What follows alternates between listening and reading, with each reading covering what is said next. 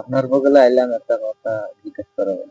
আরে আমি জানি তুই কি এর জন্য আইসাস আমার বগলে। আগে পরে তুই তিনটা বিয়া করছা, বউরা হস নাই, বউ হাগাইয়া দিতা। এই সমস্যাতে আমার বগলে আইসাস তুই। আমি জানি, সব জানি। আমি পাগলের বেশে থাকলে কি হবো, জায়গায় জায়গায় বইয়া থাকলে কি হবো, আমি সব জানি। কিন্তু একটা কথা, তোর সিলিন্ডারে যদি গ্যাস না থাকে তুই চুলা পাল্টা করবি।